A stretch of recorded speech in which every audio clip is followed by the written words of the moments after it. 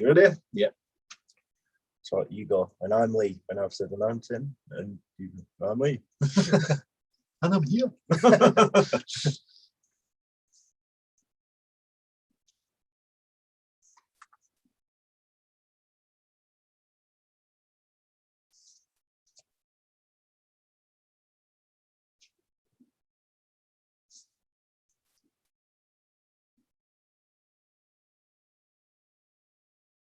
You ready? Yeah.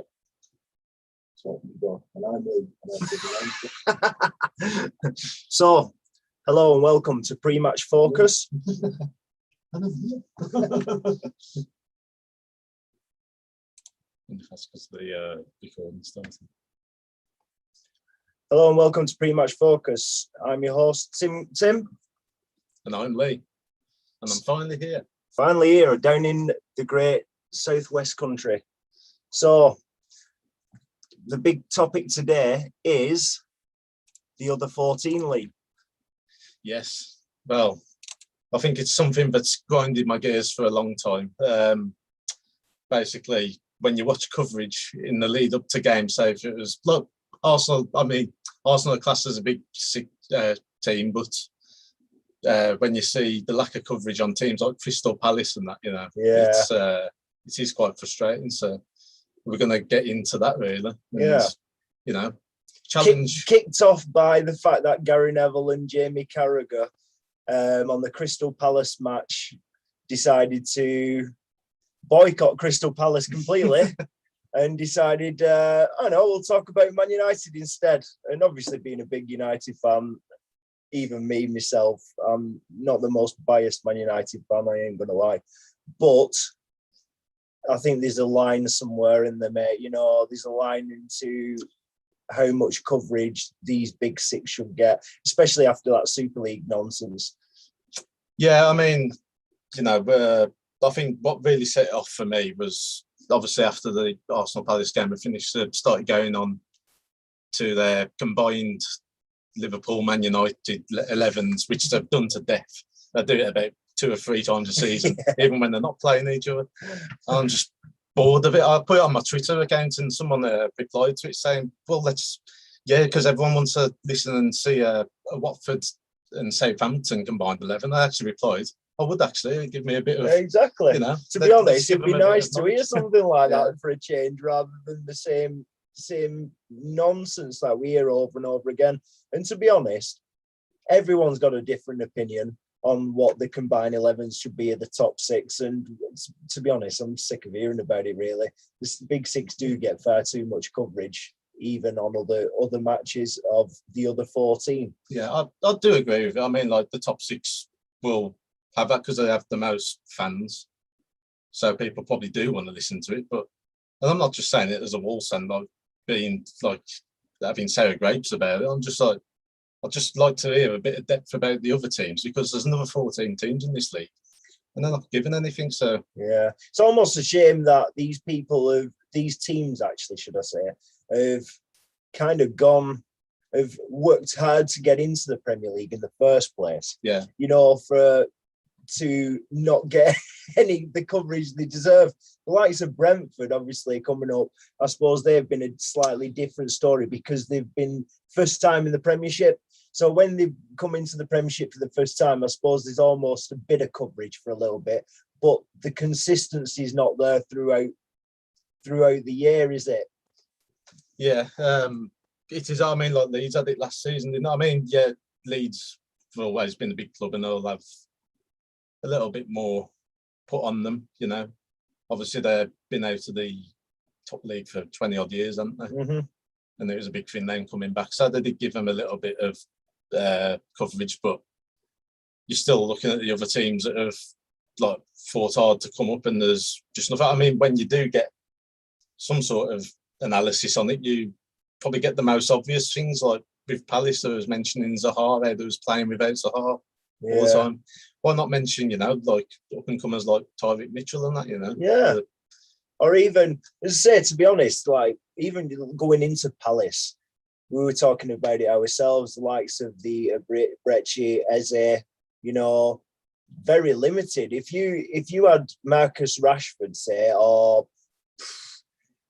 De Bruyne, they get injured and they're out for the season, they'd be talking about it for 4 weeks. Yeah, well, they usually do with De Bruyne, don't they?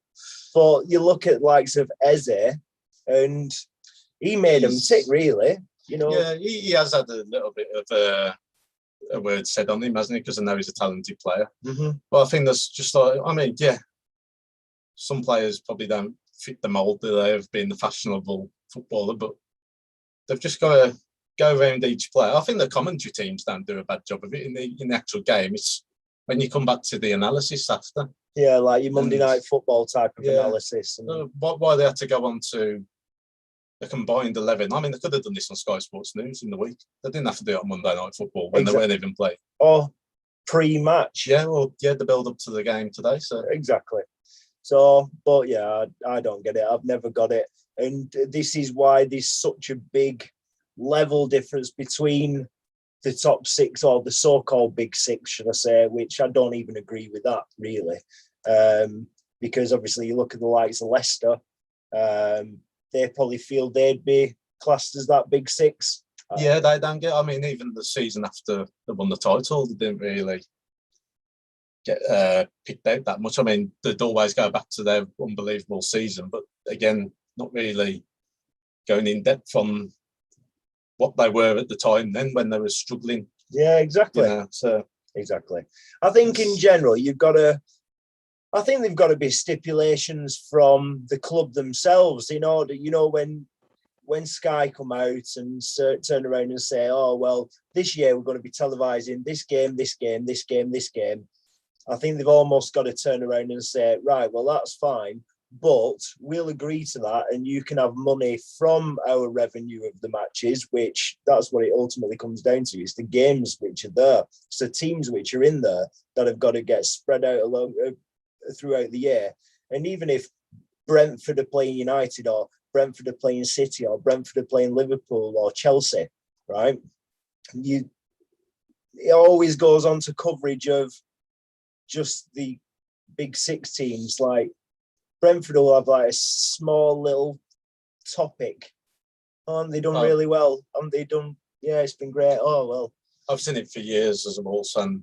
Obviously, we haven't been in the Premier League that long, but the years we have been in it, say like if we got a 2 p.m. kickoff on Sunday, I'll always text my dad about this as well. I say, look at the lack of coverage they give us again. So we could be a 2 o'clock kickoff, probably start about 1:30, something like that. Yeah. So say if it started at 1, they do, and Man U were playing Liverpool later in the day, they'd give 55. They're probably doing it today as well. Yeah, probably will do today. 55 minutes of Man United Liverpool, and then 3 minutes. 3 minutes. Yeah, and a break, about 3 breaks in between before the kickoff. So less breaks, more coverage of the main team, the other teams. Yeah, it's like if they're gonna go to the extent of, was it Crystal Palace Arsenal? Monday. Yeah. Crystal Palace Arsenal. So if they're going to go to the extent in the middle of Crystal Palace Arsenal, talking about combined Liverpool and United 11, then on United and Liverpool today, surely they should talk about a combined 11 of, you know what I mean? Any of the other smaller teams, that'd kind of. I mean, I suppose if you used to say they were combined Arsenal and Crystal Palace, they'd just pick a load of Arsenal players, wouldn't they? So, well, I don't know now. Actually, Zaha would be on there. I don't know now, to be honest. I wouldn't actually. I think. Oh, but the pundits would. You probably wouldn't, but pundits would. Yeah, but they're biased, aren't they? Yeah. And because it's all that I really don't feel. I mean, like Gavin Neville said on the Monday Night Football that was the first. It's in the Palace all season. I think if I was in his role, I'd be watching every game. Well, surely that's what it's about. I know he's a busy man, but surely what it's about, splitting your time up to research all the teams that are in the league. So you're getting decent analysis instead of. He has to be in a non-biased position, playing that role for Sky Sports. So if he's doing that, and he's wanting to get the best analysis, then surely that's got to be for everybody, not just the top six. Yeah, because his knowledge of the top, I like going. I like watching him speak and that, and his knowledge of the top six is second to none. Mm-hmm. Carragher can have his fair bit of depth on it as well. I think that's about as far as I go with it, really. And I just need to give a little bit more on mentioning these other 14 teams. Mm-hmm. So anyway, what we're going to do is we're going to mention these other 14 teams today. And to be fair, why not? They've deserved it. They're in the Premiership. They've all worked hard to get there. And to be honest, even the teams which were struggling last year, the likes of Brighton and Crystal Palace, obviously, and they're all looking a lot stronger this year. They've obviously added well in the transfer department. Look at Crystal Palace, for example. You've got Odsonne, Edouard, great signing. Probably, I think Celtic fans would have known he was going to be a great signing. Yeah, yeah, definitely. I mean, he's obviously coming from the SPL. It's a bit tough to say, isn't it? I mean, the people that Morelos up there, he definitely gives a lot to the SPL itself. But when they come to the English League, it's always quite difficult. But he coming with his first game, got a couple of goals in was it against Spurs, I think? Yeah. And he looks a handful. And you look at Palace's team on paper. To be honest with you, when I did my pre-season bets, like the teams go up and down, I did have Palace to go down, and they weren't really good odds as well. And I could have had something better now, maybe like a Newcastle or something. But, yeah. Or even Burnley. I think Burnley were higher odds than Palace. And now you're looking at the start of the season, the sort of started how they did last as well. Mm-hmm. I think Burnley could be struggling this year, mate. Yeah, I think there comes a point when there's only so much you can do with the same brand of football. They've tried to spice it up with one foreign addition, haven't they? Maxwell Cornet is a good player. Good player. 2 goals yesterday. Yeah, and then you've got Joy McNeil on the other wing as well. So it's it's a tasty wings, to be honest. But the strikers have always been them for big lads. Barnes and Wood and Rodriguez. Always decent players. Busy enough, aren't they? Yeah. I think they're only going to ever kind of attract that kind of player, though, and because obviously they brought Vidra in, and he was flying goals left, right, and centre, weren't he, in the Championship, and I think sooner or later they just get typical, like a bit like Norwich, really, get a bit found out, and it's a shame, but they do.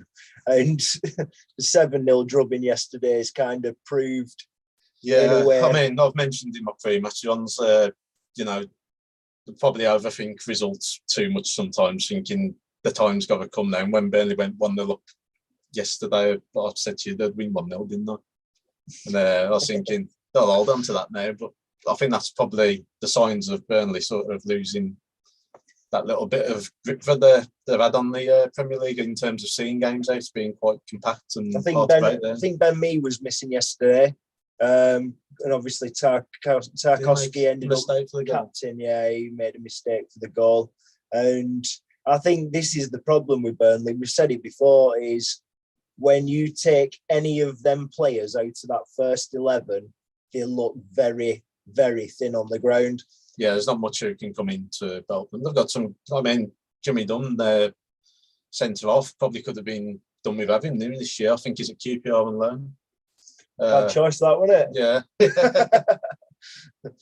I actually can't even think who their... It sounds bad now. I can't actually think who their backup centre-off was. You've got to have, Kevin Long was in there. You've got to have strength in depth, haven't you? Coming into the Premiership, it's such a long season that you can't wholly rely on 11 players to kind of scrape you through for the whole season, because first of all, they just literally get worn out by the intensity of the Premier League in the first place. I think they're used to that. I think if one thing is going to get Burnley through is their teamwork and team spirit. I think, they're probably not as fantastic on paper when you look at them thinking, oh, he's going to change this game, he's going to change that game. But yeah, they are hard workers. They remind me of Wolves under McCarthy. in the years of 2013, 2012, something like Yeah. that. You know, we eventually got relegated after 3 years of flirting with relegation, and It did well we to just go up though at that stage, though, didn't they?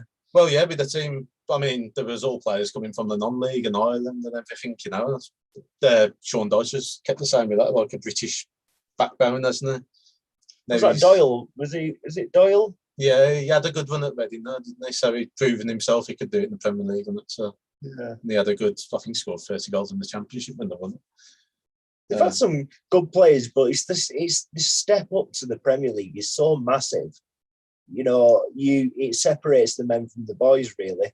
Whereas you can have some which are looking like absolute world beaters. Another example of that was the fella who was at Leicester, Anthony Knockout. He tore the Championship up, absolutely ripped it apart. But then when you put him in the Premiership, just struggled, don't they? And I think there's so many examples of that. Obviously, Matej Vydra was another one. Jay Rodriguez was another one. You know, and these are all players for these lower league teams. The lower down the Premiership pyramid, should I say? Yeah.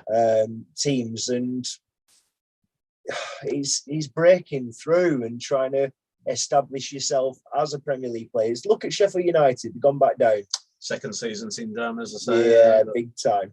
And I think realistically, it's you either step because a couple of them when things are going well, there's a big thing in football, especially in the Premier League, with momentum. And once a team gets momentum in any fashion, and this goes for Leicester, in my opinion, when they won the Premier League. Once they got momentum at the back end of the previous season with 5 wins on the bounce from, I think there was like 8 games where he'd got a great result, picked Nigel Pearson. And then he went into the new season, and obviously Ranieri came in and continued, and the players were still flying by that stage. Yeah. And they got the momentum, and that momentum carried them through.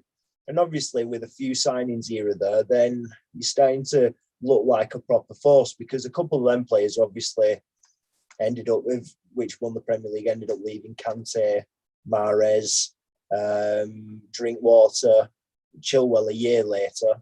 But yeah, I think. Yeah, I thought Chilwell probably wasn't as much involved in the title winning season, but obviously when he made his name there, then Chelsea come calling, and you know, it's hard to turn these teams down. There's a player you're going to take. I mean, as a player, I can't really moan too much about it. I think it's just the fact that, you know, this is called the Premier League, not the Super League, which, you know, these teams were trying to escape into. And I actually wish that they did sod off to it when it comes down to after this. But to be honest, mate, even as a United fan, I think they should have had something. They should have had some kind of big fine, hit them in the pocket a bit more, or something, you know, some kind of fine for that, or some kind of disciplinary in any way, especially by the likes of the FA. And I think, unfortunately, Gary Neville's mentioned it before, and I don't agree with it.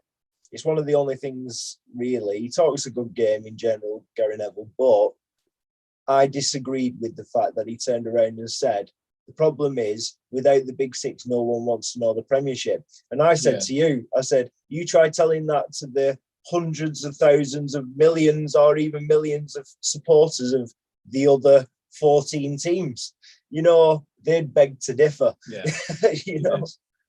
Yes. Apologies to Burnley fans. Nathan Collins was the other centre half.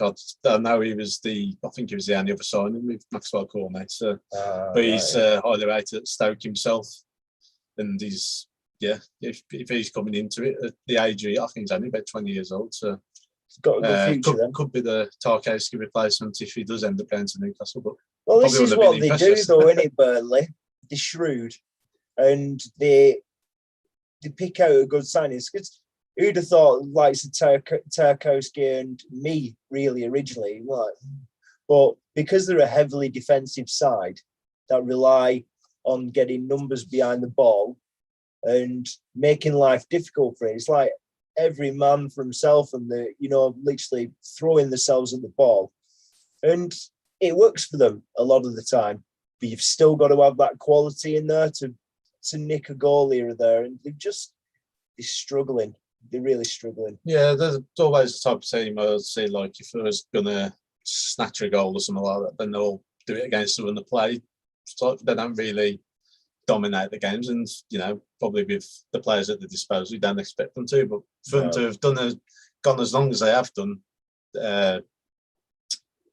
picking up results and finishing mid-table quicker, then they haven't really been in a relegation scrap. I think last season might have been the closest. But they escaped quite well at the end, didn't they? They picked up quite a few wins on the bounce. Well, they absolutely battered Wolves 4-0 at Molineux. So. Not bitter. We had a few years ago. I remember them coming to Old Trafford and beating us, and I think they beat every big team, haven't they? Yeah, Chelsea had a couple of times where they struggled against Burnley. But that's what they were about. Making it difficult for other teams to beat you, and you almost got to go back to basics and make that work again. Because I'm a firm believer, if you're in the Premiership in the first place, you've got to have an air of quality about you. To even compete. But Norwich is struggling. Burnley are struggling. I think Southampton are struggling a little bit, considering I think they've obviously got a little bit too much meat to go down Southampton. I think that third place will be interesting. I wouldn't say Burnley and nailed on to go, but some 3 teams are going to go. I think Norwich obviously going to be that one. Norwich are down, and they know. I don't want to be. I feel sorry for Norwich fans because I have nothing against Norwich at all. I don't have anything against anything. No, absolutely. Even rivals, Yeah, you got to just go on with a lot of Albion fans, some Villa fans. Some. But I think, that third place. I think Norwich are down. I can't see them. I just think when you're too far adrift like this, everyone were going on about Sheffield United last year. They picked up 7 points or something by this stage, didn't they? Or even not even that. I think they were about 4 at this stage. Sheffield United, I think last season, they lost the first 10, didn't they? Something stupid. It was similar to what obviously Norwich are doing now. And it proved too much. It proved too much to kind of come back from. And I think Norwich, as I said in the pre-match talk which we gave, once you're in that changing room, the more them games come about and the more you're going back into that dressing room thinking, we're like 4-0 down. Yeah, you've just got to fight for pride, haven't you? And try and, the goal difference at the moment's -21. So, we're only 9 games in. But whoever made that fixture list must be an Ipswich fan because I think they played everyone now. I suppose some teams will say that they'd rather get the big boys out of the way while trying to find the feet when they first come up. They could concede 100 goals this year. If it carries on like this, it probably won't be far off. But it's crazy. But surely you'd look at it and say, right, I'm playing 6 at back this week. We're just inviting it onto you then, aren't you? You might as well just go for it, in my opinion. But at first, like I said in earlier shows, I felt like they brought pretty well, but they've not used Billy Gilmore. Obviously, they couldn't use him yesterday. Brandon Williams is in and out. Rashika was on the bench yesterday, and apparently, from what I saw, he made the difference when he came on in terms of them having a little bit more about him, even though it wasn't. Touch the ball 4 times instead. But obviously, with the sending off of Ben Gibson didn't help that because then once you're already being battered and then you go down to 10 men, what can you do?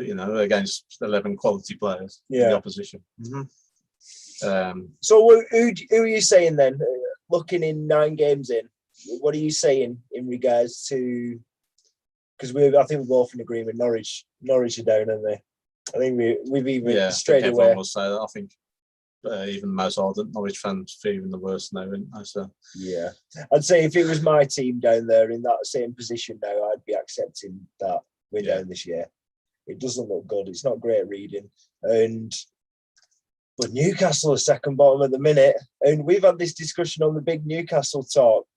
It's still until January. And even in January, they're not dead certain. If they're still second from bottom come January, who's going to want to come and sign for Newcastle United unless you're offering these mediocre players massive money? Yeah, well, it depends who you try and attract as well, doesn't it? Because if you're going to top stars who just want that money, then it ain't going to work with team cohesion, is it? So, no, it's not going to work on the pitch at all. It's just we've had this numerous times.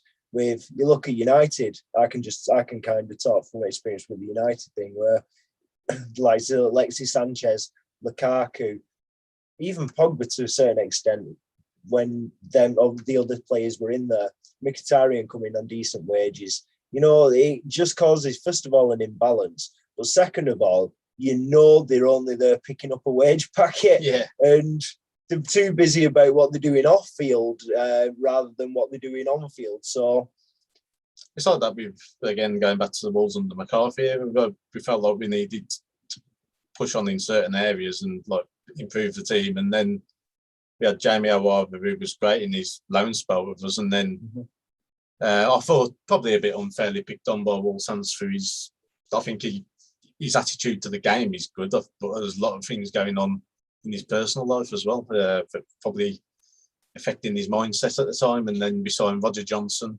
who I thought was brilliant for Blues. But he lost Scott Dan in that process. Struggle for you lot though, didn't he? The Wolves have always had a great history of doing that. When there's been a pair, they've always gone for the worst one. I mentioned to you yesterday with the chance to sign Callum Wilson for £1 million from Coventry, and we went for Leon Clark, who was already failed at Wolves, and then we brought him back, and it was even worse than the first time. Oh, happens. That's Wolves all over. Well, it happens a bit. It's like, United have done it.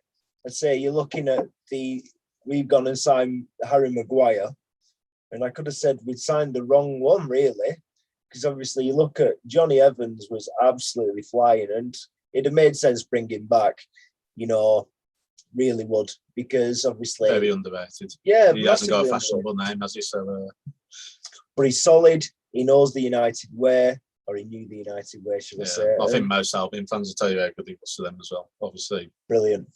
Sort of outgrew it. He didn't want to be in that same predicament every season, did he? I think in the relegation battle, and then they lost him eventually. So, well, the thing is, City were after him. Yeah, and he did a job there. Yeah, definitely. I think with the injury problems they had at the start of this season, but I think if you had him or Nathan Ake, I think Evans would have probably been. Again, putting back to that, would he be a Guardiola type player? Probably not. But that's the thing. Yeah, you step. Yeah, but yeah, I mean, like if you had him there and you was just content on solid defending, you'd have him in there definitely. Yeah, I suppose it comes down to distribution as well. Again, like we've talked before, and I think these teams like your Guardiola teams and your Klopp teams, they want a little bit more, don't they? Yeah, from the back. Whereas, they won the goalkeepers to play with the ball at feet, so yeah, exactly. They definitely won it from the centre halves. Yeah, the third team. I mean, like up until yesterday, I mean, it's only one game anyway. I just said Watford would have been my other one because of the chopping and changing again. It's only one result yesterday, but it was a great result for them to go there and win that. Yeah, massive. Leeds are getting pulled into the mire though. Second season syndrome again, isn't it? But there was all over Wolves yesterday. Just pushing for that equaliser. It depends how much they're going to miss Rafinha. It didn't look good for him yesterday. I haven't heard no updates on his status, but he's a catalyst to them going forward. Massive. And but Joe Gellart, who came on, he changed it for them, and I've hated him at Wigan, to be honest with you. I thought him going to Leeds, we probably wouldn't see as much as him. Hopefully he's made his name a bit now, where we can be involved a bit more in their setup. That's the aim. I think that's always the kind of testing question in it, I suppose, when you got players coming from teams like in the lower league, like championships or your League Ones, will they, and if they turn it up in these leagues and then they get an opportunity. What was the fella called who went to Burnley from Bristol City? Used to be on United's books, midfielder. playing for Burnley now. Yeah, Brownhill. Brownhill. Yeah, it's good work. Yeah, Yeah, but he was fantastic in the Championship. yeah. Absolutely brilliant. And then you've not really heard from him too much. He started off well at Burnley. Yeah, he's been doing well there. He's usually in their first team now with Westwood or one you got like Jack Cork hanging about there. I think it's, he's been going a while now, hasn't he? Yeah. I mean, like you look at that, like, again, these unfashionable names, and they brought Stephen Defoe in a few years ago, who had a big rep in Belgium.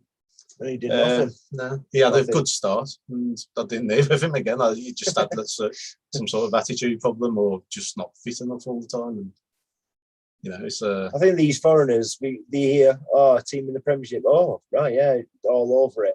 And then when they get here, they start, their heads go down a little bit because obviously they're not signing, their expectations are slightly higher than,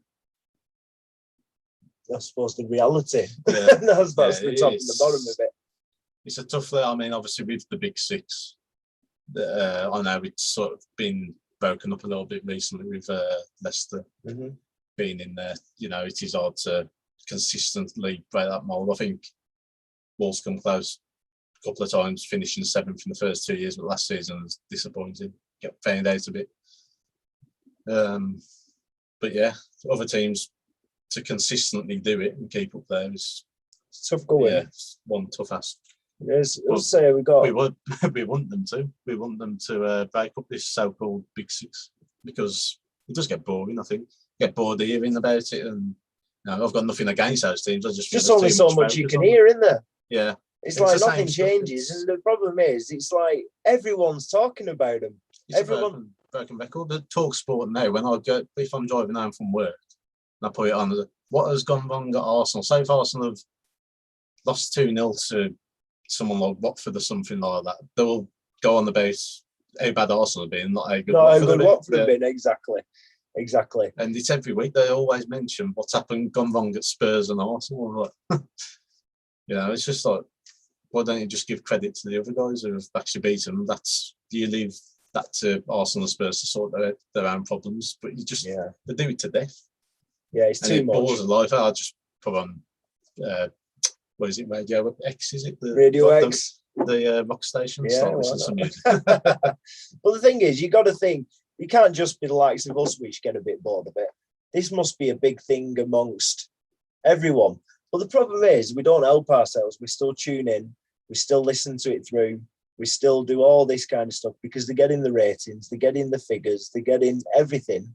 And if you kind of gone, the big six again, come on, and put it down, and then started doing more searches for talks of the lower Premier League clubs, should I say, or the not so big Premier League clubs in stature, then the people like the likes of Sky Sports and BT Sport and all these kind of distribution networks, I suppose, they'd look at it and go, there's more call for talks on these other teams. But because the clickbait of the Man Uniteds and Liverpools and Cities and Arsenals and Tottenhams is so huge, they look at that and think, everyone wants to just know about these. This is going to be our focus today. Yeah. I mean, how many Brighton fans do you see in different countries? Probably not that many, isn't there? Because I never heard of stuff. Yeah, I know. Obviously, there is going to be fans from different countries. I don't think I'm being like rude on that, because like we've got a big following in Scandinavia. We have, we're trying to expand our brand with like the Mexicans because of Jimenez and Portugal. Yeah, Portugal definitely. I think most of them hate us for taking away half the players and all their talent. Half of the Portuguese national team. Rui Patricio's departure didn't go down very well from Lisbon, so when he come to us, so I think we got a bit of stick for it off their fans, but that's an agent's issue, isn't it? Yeah. We got attacked on the training pitch, didn't it? This was before he got transferred to Wolves. He got attacked on the training pitch. The whole team did, I think, but maybe it was one of them who got attacked, by their ultras, Yeah, this is the problem with the game, isn't it? Yeah. Someone just wants to play a game of football and get attacked for it's stupid, really. Chance of playing the Premier League, Everyone wants a chance to better themselves, and obviously everybody knows it's the most competitive and obviously most money-driven league in the world. So why do people get so uptight about the stars of their teams leaving after giving a good service half the time? They've always come through the ranks of these clubs, spent. Some jump too quickly, like maybe you could argue Wan-Bissaka, but then you're not going to turn down Man United, are you? So, No. It's like I say, you can't really blame the players for going on to big things because that's their livelihoods and getting bigger wages. It's just frustrating to see those teams, like obviously Wan-Bissaka coming from Palace, being left in the lurch of not having any in-depth analysis on them by these so-called experts at times, when if you're an expert, then it'd be knowing about all 20 clubs. Exactly. Well, that's what it's about. Yeah, I don't claim to be the messiah of it. I have to think things on top of my head. Well, I don't watch every single think game. About it though, don't you? When you listen to the playoffs at the end of the season, like next year will be interesting. Such a team will come up now, and be interesting to see some analysis on them and find out a bit about them. But you get to the end of the season, they've gone down again, and you're none the wiser. You're literally not any better off than before they came up. So, I don't know. I think there's got to be something which I think it's got to come from the clubs. Once they get distributed with, you're going to be featured on Sky Sports or BT Sport on this date, this year, and this date, and this date, you've got to turn around and say, that's absolutely fine, but your pundits have got to talk about our club going forward into it, and I think it'd make for better viewing all round. The liking I took for teams when I was younger was probably having my sticker books and picking my favourite kit out of it. Yeah.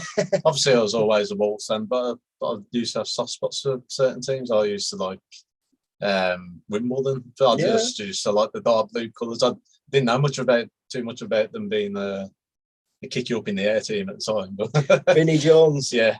Players like him in there and fashion, all that stuff. Dennis Wise. Yeah, he did, yeah. So, yeah, players like that were probably a bit robust, but I think the game was completely robust when I was growing up. So. Different game then than it is today. And to be honest, it's a tarts game, isn't it, these days? Really? Referees make it a tarts game. The players make it a tarts game sometimes. Let's not get into Premier League referees at all. Corrupt. Absolutely corrupt. It's just, I just don't think the standard is there in regards to referees. I think, hence the VAR thing coming in. I think that's obviously proved it in a lot of respects. But I think there's definitely a higher power there telling them what to do to keep that big six safe as well. I think some of the decisions that go against teams, they're just absolutely, especially against big clubs, they're absolutely ridiculous. Yeah, they'll probably argue the opposite way, though. You know what it's like. I think everyone's. It's a heated debate, that one is, because you can get a lot of pelters by saying it, but that's my opinion on it. I think if it'd be interesting to find out stats or a study to find out how much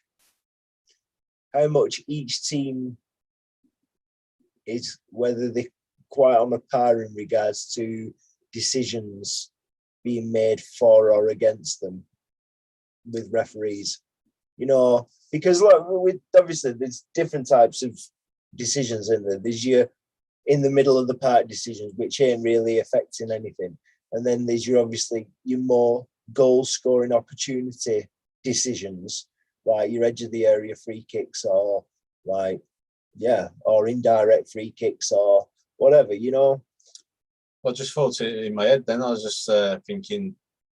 Have I dreamt it? But I'm sure one of the ex-Premier League referees come out and says I was told to give more decisions to the bigger teams.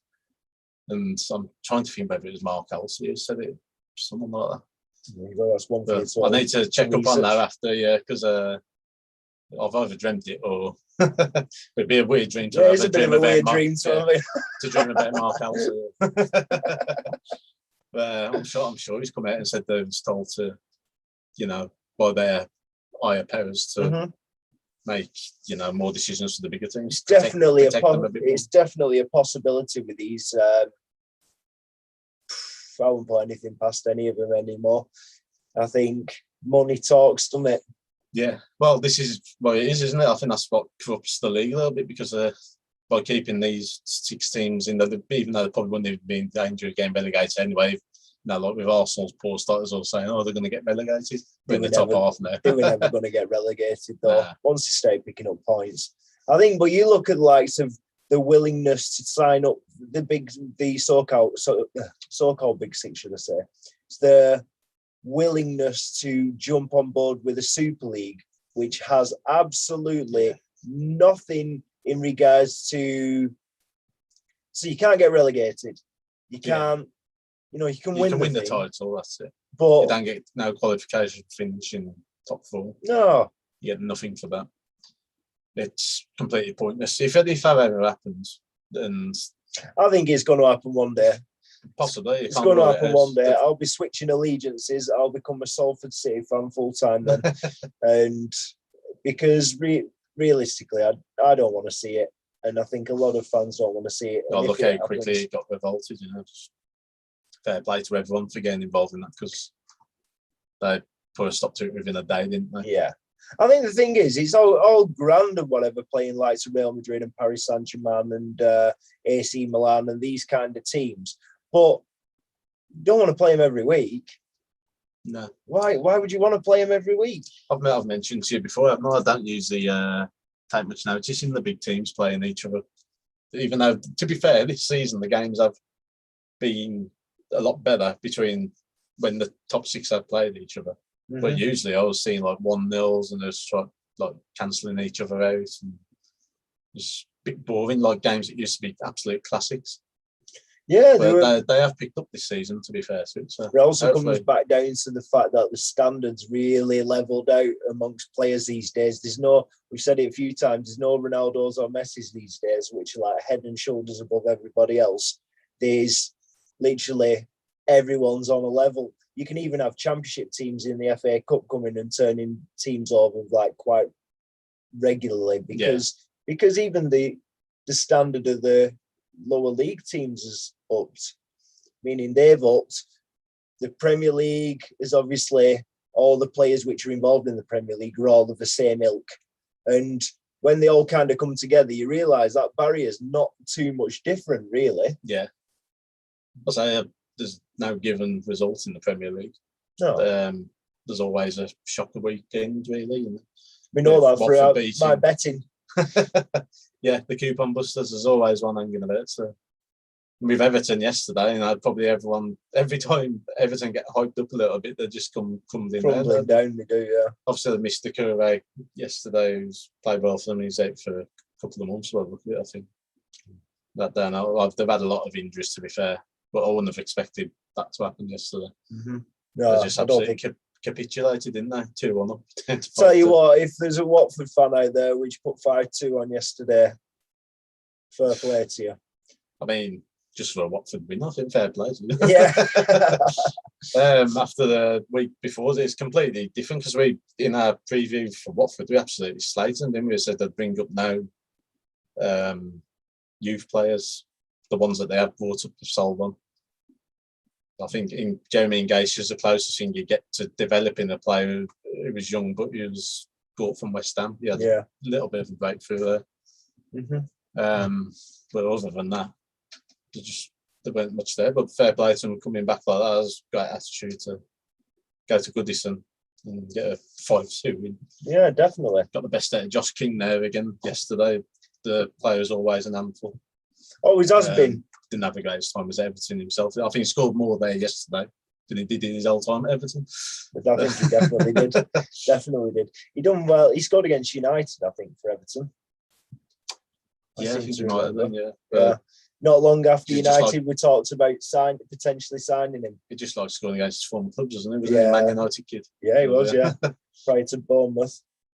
Yeah. He done well at Bournemouth, actually. Him and Callum Wilson were really a real good, solid outfit for them. Yeah, then we could be seeing them back soon on a good run in the Championship. Mm-hmm. But again, I mean, well, I ain't going to really go against it, but probably going to see the 3 teams that have been in the Premier League previously, like in recent years. So you're looking at Fulham, West Brom, and Bournemouth probably coming back up. Yeah, I'd say that's probably the strongest contenders to come back up. You know, if there's one good thing about being in the Premier League, there was the financial aspect there, especially parachutes and that. Mm-hmm. I don't know what the deal is on that now. I think there was on about trying to end it, wasn't there? Because teams are getting overstrengthened a little bit, like when they were going down, because they were still getting a good wage for being in the Championship.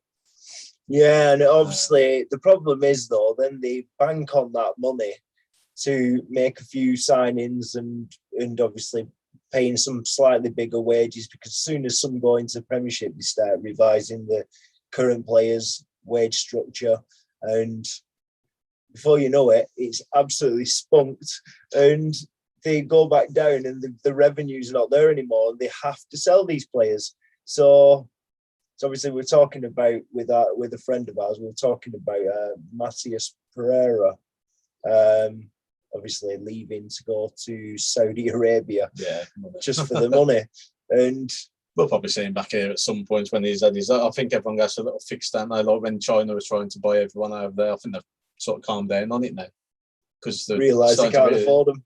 Well, they can afford them, but we see in terms of the quality of the league, it's just not there, is it? They're giving a couple of years great wages, and then they leave, coming back, and you find like Rondon's back. Rondon's back. We see Igalo back again soon. Yeah. In the Man City room. Yeah. I was a big Man City fan as a kid. That would be the next thing, won't it? I love Man City. But yeah, I think in general, I feel sorry for the likes of the other 14, because there's a lot to focus on. Obviously, Brighton have had a hell of a start. You know, it's obviously crumbling a little bit now. Bissouma's obviously gone through what he's gone through, which is all about speculation, I suppose, until... Yeah. I mean, when I was growing up, Villa always challenging for the title, like in second place. I think they did finish second in 1 year in the Premier League. Had a really good squad. Obviously, they went through a bit of a rough patch when leading up to their relegation, and then trying to get back up for a couple of years. Mm-hmm. But you don't really see much fuss made of them these days. And well, I thought they'd have a better season this year, Aston Villa, if I'm honest. I thought they've spent well. They've replaced Jack Grealish quite well. You know, they obviously in some games they look fantastic, but in other games they just literally don't. Yeah. And hence the position in the table, I suppose, where they're now 13th or something like that. And they've been on a bit of a poor run. I've had a few Villa fans texting me saying like it's really poor, and he's starting to turn on Dean Smith again there. It's a shame. He's done well for him, and I think what they've got a short memory sometimes, some of these fans, because first of all they've lost the star player by a country mile, the star player who made everything tick. They've managed to get 100 million for him, which is good money to go back into the structure. They've bought shrewdly. Leon Bailey was a great signing. Obviously, Buendia, great signing. Don't think he suits them. That's the problem, though. I think this is the thing making these players gel and whether they fit a certain structure in a team. I don't see him as a Villa player, in my opinion. You look at who they signed last year. Obviously, likes of Emi Martinez coming in. Well, I think he was a major reason from the upturning form last season. Massively. When he was on loan at Wolves, it was pretty poor for us, playing some shocking goals. So obviously young, he's bulked up now. Looks like he can handle the physicality of it, definitely. Probably the most physical goalie in terms of having bravery to come for balls and that. So yeah. Big lad. Obviously, took on Tuanzebe this year from United. Axel's spoken highly of by the United faithful, but I think when he gets his opportunity, he struggles a little bit. I'm wondering whether he's quite there, because he looked really good in the Championship when Villa took him then. He'll be a high-level Championship player. I think he probably just about reaches that margin of being a Premier League player consistently. But you play him in the in the struggling games, I suppose, Yeah. more than your big games. Yeah, there's obviously I feel sorry for Courtney House as well, because he always seems to come in and do pretty well. I thought he was quite good at Wolves himself. Definitely. But both clubs, he's never had a consistent win in the team. So Took he's his probably on chance the same. against United. I know that much.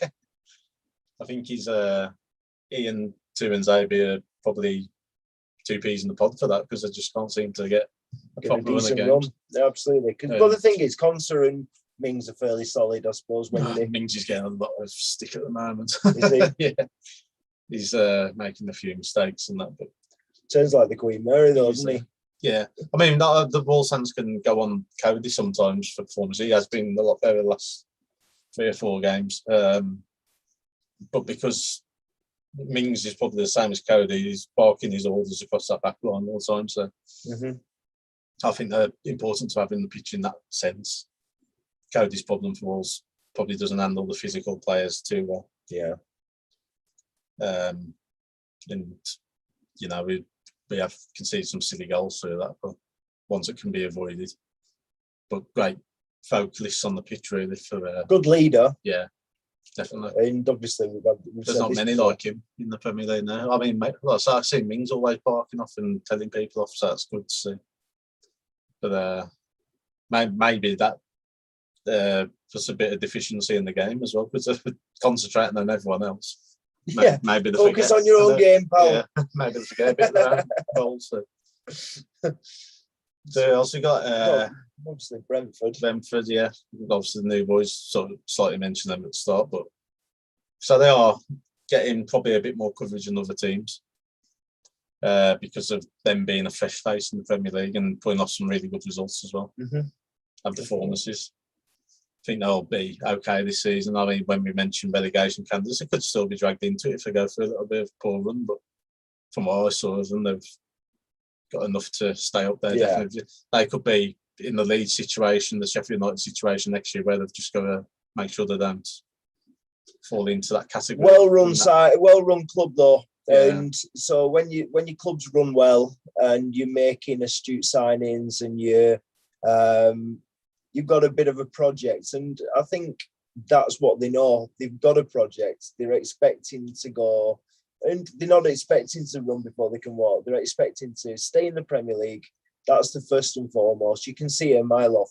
The manager has got them playing some really good football, you know, and also plays to who they're playing.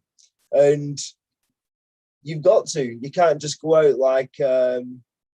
you can't just go out with one philosophy and hope you're not going to get turned over. Even Bielsa's got that kind of issue with Leeds.